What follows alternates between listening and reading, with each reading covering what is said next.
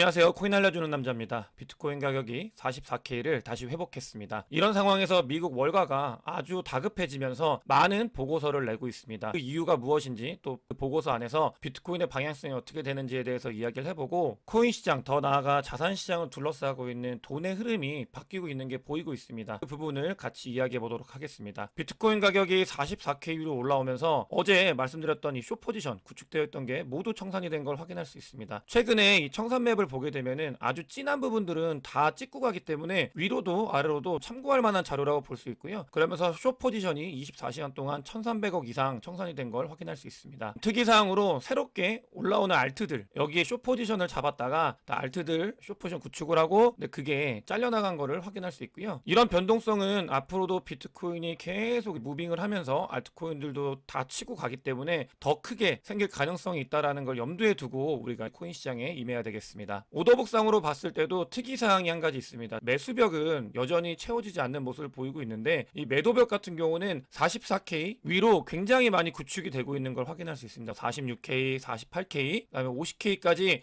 지속적으로 매도벽이 형성이 되고 있는 특이사항을 확인할 수 있습니다. 그렇게 부분을 치고 올라가는지 아니면 여기에 올라가지 못하고 횡보를 하게 되는지는 시간이 지나면서 우리가 확인해야 되는 사항이라고 보고 있고요. 어제부터 말씀드렸던 이 오더북상의 매수벽이 얇아진 부분들은 변동성을 확대시킬 수 있는 가능성이 있기 때문에 이 부분 염두하면서 우리가 트레이딩에 임해야 되겠습니다. 미국 월가가 굉장히 다급해졌다고 말씀을 드렸는데 블랙록이 SEC한테 비트코인을 실제로 비트코인 ETF가 신청이 됐을 때 운영하는 방법에 대해서 PT를 했었거든요. 피델리티가 똑같이 그 부분을 SEC와 논의를 하면서 본인들이 어떤 식으로 비트코인 현물 ETF를 운영할지, 비트코인을 실제로 어디에 보관하고 어떤 식으로 사고 어떤 식으로 청산하는지 프로세스를 SEC에 보고했다고 합니다. 그만큼 피델리티도, 그러니까 블랙록이 제일 먼저 앞서가고는 있지만 피델리티도 놓치지 않기 위해서 다급하게 이런 부분들을 계속 가고 있는 모습이고요. 모든 방향성은 아주 일관되게 비트코인 현물 ETF 승인 이후에 운영에 대해서 이야기를 하고 있다고 보시면 되겠습니다. 세계적인 자산 운용사인 반에크에서 2024년도 비트코인과 코인 시장에 대한 전망을 내놨는데 그중에서 가장 중요한 부분이 2024년도 4분기에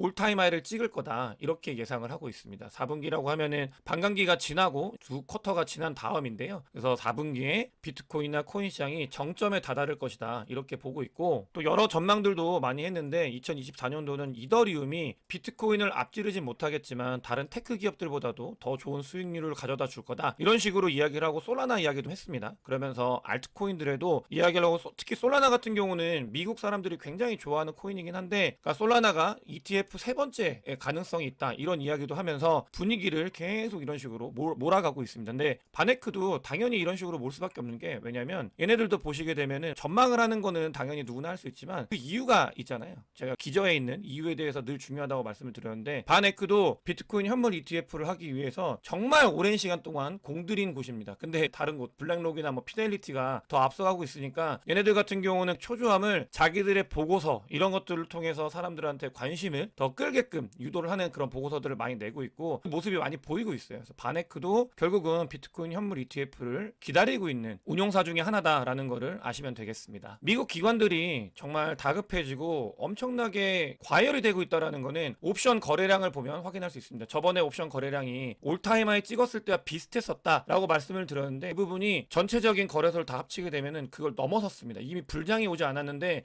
옵션 같은 경우는 대부분 기관들이나 이런 사람들이 하기 때문에 기관의 움직임이라고 보셔도 되는데, 이런 움직임들이 과거 지난 불장 때 올타임 하이를 찍었던 그 볼륨량보다도 더 많이 늘어나고 있다, 이런 걸 확인할 수 있습니다. 그만큼 관심이 뜨겁다라는 걸 확인할 수 있고요. 또 코인베이스 프리미엄을 봤을 때 아직까지도 프리미엄이 플러스로 유지가 되고 있는 걸 확인할 수 있습니다. 이 부분은 미국에서 트레이딩을 하는 분들이 아직도 코인 시장을 굉장히 좋게 보고 있다. 이거는 하락을 했는데도 불구하고 이렇게 올라 있는 모습은 다시 반등을 했죠. 이 프리미엄을 유지하고 있다. 미국 관련되어 있는 사람들은 비트코인이나 코인 시장에 아직도 열광을 하고 있는 상태고, 중요한 부분입니다. 한국 분들 미국보다도 더 열광을 하고 있는 상태입니다. 보시게 되면 프리미엄이 너무나 높죠. 거의 3%, 4%, 최근에는 5%까지 왔다 갔다 하고 있는데, 이런 프리미엄을 보이면서 한국에 코인을 하시는 분들이 코인 시장을 전체적으로 특히 알트코인들을 주도해 가고 있다는 것을 확인할 수 있습니다. 이런 상황에서 꼭 저희가 살펴봐야 되는 게 있습니다. 제가 온체인 데이터 분석 툴을 가지고 16K일 때부터 말씀을 드렸던 게 바닥이다, 좋다라고 말씀을 드리면서 이 데이터를 가지고 인용을 해서 말씀을 드렸잖아요. 그러면 실제로 이런 부분들도 조심해야 되는 구간에 대해서도 온체인 데이터로 확인을 할 수 있습니다. 어떤 구간이냐, UTX of Profit, 그러니까 얼마나 많은 사람들이 수익을 얻고 있냐를 봤을 때 이 90% 이상이 되면은 항상 조정이 있었습니다. 90% 이상이 되면 늘 조정이 있었는데, 조정이 있었죠.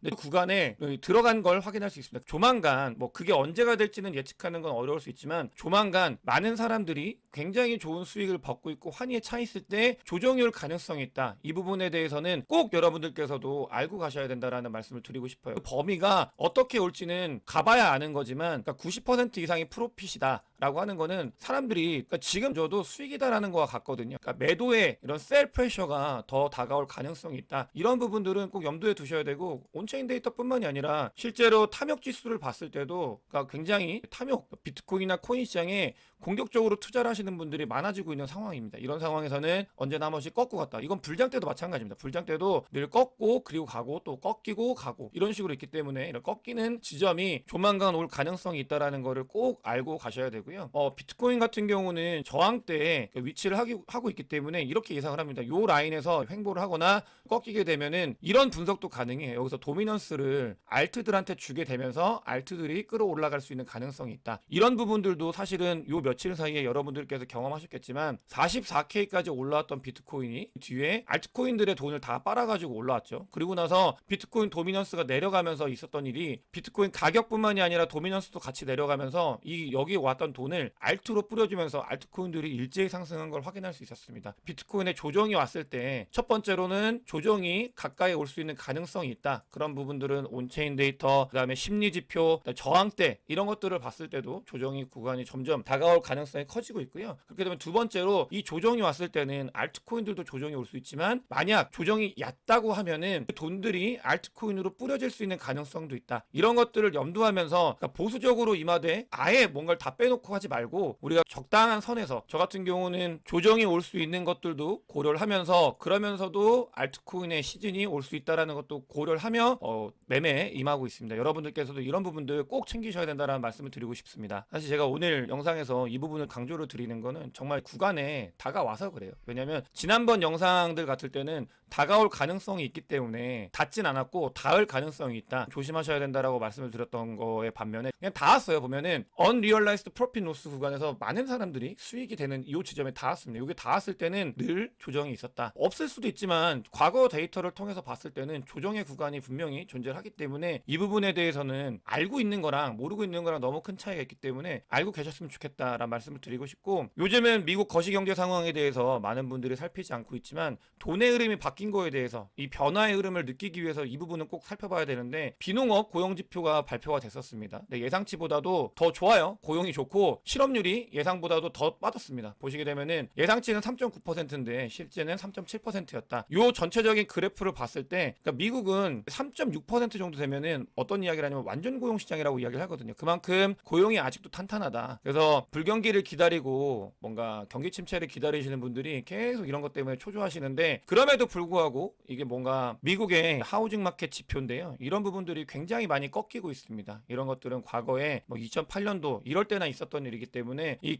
하우징 마켓이 꺾이게 되면 결국은 소비자의 지출이 꺾인다, 이런 것들과 같거든요. 그러면서 경기 침체, 범위는 알 수 없지만 이런 부분들이 다가오고 있다라는 거를 지속적으로 이야기를 해주고 있고, 실제로 이런 것들을 봤을 때도 뭐 이게 결국은 하우징 마켓이 꺾인다라는 거는 경기가 안 좋아지고 있다라는 거와 같은 의미잖아요. 그런 부분들이 다가오고 있다. 저는 24년도 1Q에는 아직도 여전히 약 조정 혹은 조정, 그다음에 횡보, 이런 뭔가, 그러니까 거시경제적으로도 좋지 않은 상황에 대해서 고려를 하면서 저는 큰 방향을 잡고 있습니다. 하지만 늘 말씀드리지만, 제가 이런 부분들을 최근에 조금 말씀드린다고 제가 숏을 보는 그런 사람이 아니라, 저는 24년도, 25년도는 정말 큰 대세 상승장이 올 거라고 보고 있기 때문에, 이 부분을 잘 넘기고 저희가 가야 되는 곳은 여기다 라는 것들을 자주 말씀을 드렸기 때문에 혼란하지 않으실 거예요. 분명히 저는 그런 부분들을 말씀을 드리고 싶고, 중요한 부분이 있습니다. 제가 아주 강조해서 말씀을 드리는 게, 위기가 왔을 때 과거에는 위기가 오고 나서 해결을 했고요, 또 얼마 전에 코로나 때는 우리나라는 위기가 오자마자 해결을 했고 2023년도 초에 이 BTFP 자료를 봐도 알 수 있듯이 2023년 초에 은행 이슈가 생겼을 때 어떤 일이 있었죠. 바로 그냥 연준에서 돈 때려 박아가지고 이런 것들을 지켜줬잖아요. 근데 그 돈의 양이 점점 커져가고 있습니다. 여러분들 이거 보세요. 돈의 양이 여기서 제가 한번 말씀을 드린 적이 있는데 이렇게 요 라인에서 그것보다도 더 많이 돈이 풀리고 있다라는 걸 확인할 수 있습니다. 이거는 첫 번째로는 뭐냐면 은행이 좋지 않다. 미국 은행이 실제로 좋지 않은 모습을 보이고 있다라는 지표고, 두 번째로는 좋지 않기 때문에 돈을 계속해서 가져가고 있다라는 의미가 같습니다. 돈의 흐름, 판이 바뀌는 거 이런 부분들을 봐야 되는데 돈이 시장에 계속 나오고 있는 중이에요. 아이러니하게도